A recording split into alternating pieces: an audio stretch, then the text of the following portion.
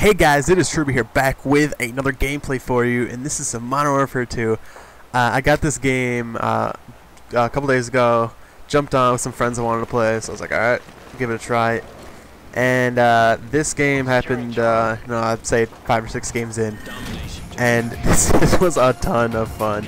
And you'll see in a minute what I'm talking about. But this game, it was not as I remember it being. I put so many hours into this game, and to see this happen, it was kind of a bummer. But at the same time, it made this game so much fun again, and I'll probably stick on this for a little bit if this keeps happening.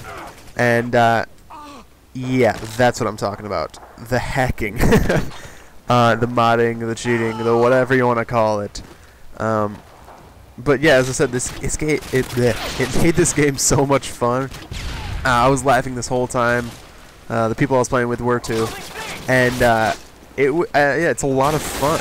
But on the flip side of that, it's a bummer to see that happen.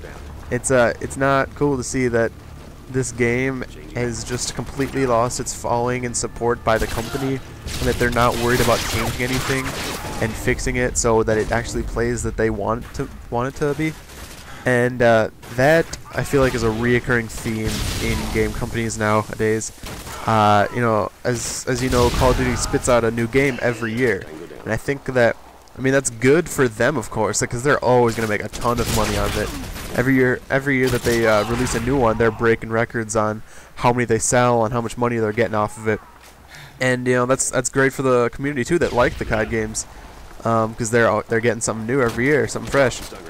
But I feel like there's a big portion of the community too that also would want them to wait to make a new game. If they make one every 2 years, that would give them an extra year to work out all the bugs, make sure that they want their game to be a solid, polished game that they actually want people to play. And I feel the same way. Is that, as I've said, I'm a huge COD fanboy. I always will be, I feel like.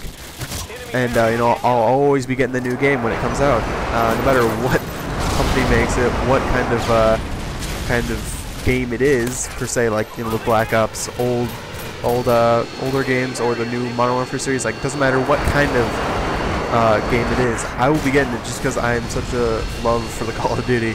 I'll always play it. And but I agree with that. I think that they should put a lot more effort into making sure that their game is working.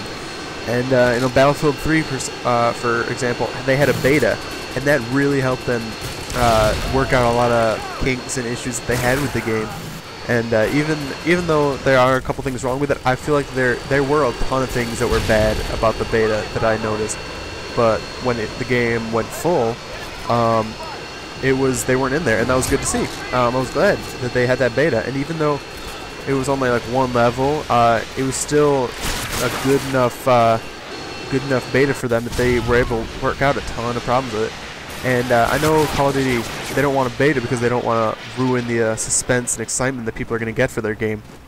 Even though I feel like people now know what to expect from their games, just because that they have played all of these before, and they're just spitting out renditions of other games.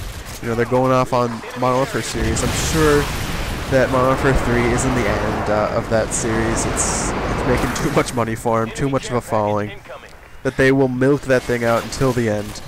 And I think that's why Treyarch had to go to Black Ops era, because the World War II thing was just too drawn out. There was too many games about it. So they had to find something new, and it worked for them. I loved Black Ops. I would say that it was probably my second favorite game, second favorite Call of Duty game, just because I feel like they really worked out the balance with all the guns, the kill streaks. I loved the maps. All of them were so diverse. That's a big problem with Modern Warfare 3. A lot of people are saying the maps are horrid. They're all just burnt down, destroyed cities. There's cars on fire everywhere. It's very symmetrical, generically shaped, square corners everywhere. And I've noticed that with the map packs that they've brought out, is that they're changing that up a lot. But that was a tangent. Yeah, the changing way that communities, or communities, not companies, are treating their games, and it's a bummer to see that companies are, you know, as soon as their new game comes out, they just throw their old one aside. For as you can tell, and if you've played it, the Call of Duty games, once the new one comes out, there's no support for the older games. You know, this one, I'm sure they haven't touched anything in this game for a real long time, just because they're not worried about it. I mean, a ton of people are still playing it, but they don't care. They're making money off Modern Warfare 3 now, so there's no reason for them to waste their money fixing this one with all the problems that it has. You know, they're not worried about people not wanting to buy another COD game after they see this one, because they've got millions of other people playing it. So that's not cool to see. I don't like that. You know, another one, a huge one, is EA, which was actually, funnily enough, I was reading an online post the other day, and this guy, I think he was like Forbes or some sort of, you know, business money magazine guy. He was rating America's top worst company, and he had like a little March Madness bracket kind of thing going on where you could vote, and it was mostly his input. But I mean, you could vote for what you think was the worst, and EA ended up winning for the worst company, just because their horrible customer service that they have, their reputation for not caring, and that's real prevalent in the sports games, because they spit those out every year, and they've got every sport under the sun on that. So you know, they're also not worried about the money. And you know, for those games, they shut off the online servers after a couple years. I think it is like 2 or 3 years after the game comes out. They shut down those online services because they don't care about those. They're spitting out the new one.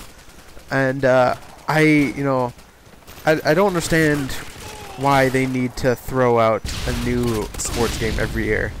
Like, I think for the football, for example, they're not changing things when they put out a new one. You know, they've got a new hit system. Well, that's, you know, is that really a game changer? Is that gonna make the difference for $60? No, I don't think it is. I think they should just update, put one out every 3 years then, if you're concerned about it, and then just update that every year. You know, the rosters, just put in the hot fixes, things that, you know, like Call of Duty does. Well, I mean, that's not the greatest example, but you know, things that are wrong with the game, they patch them. They don't just spit out a new one. If there's something wrong with it, they try to fix it, at least, as I, you know, I'm kind of contradicting myself here, but at least for an example that people will know, that they put out patches to try to fix them, and that's good to see.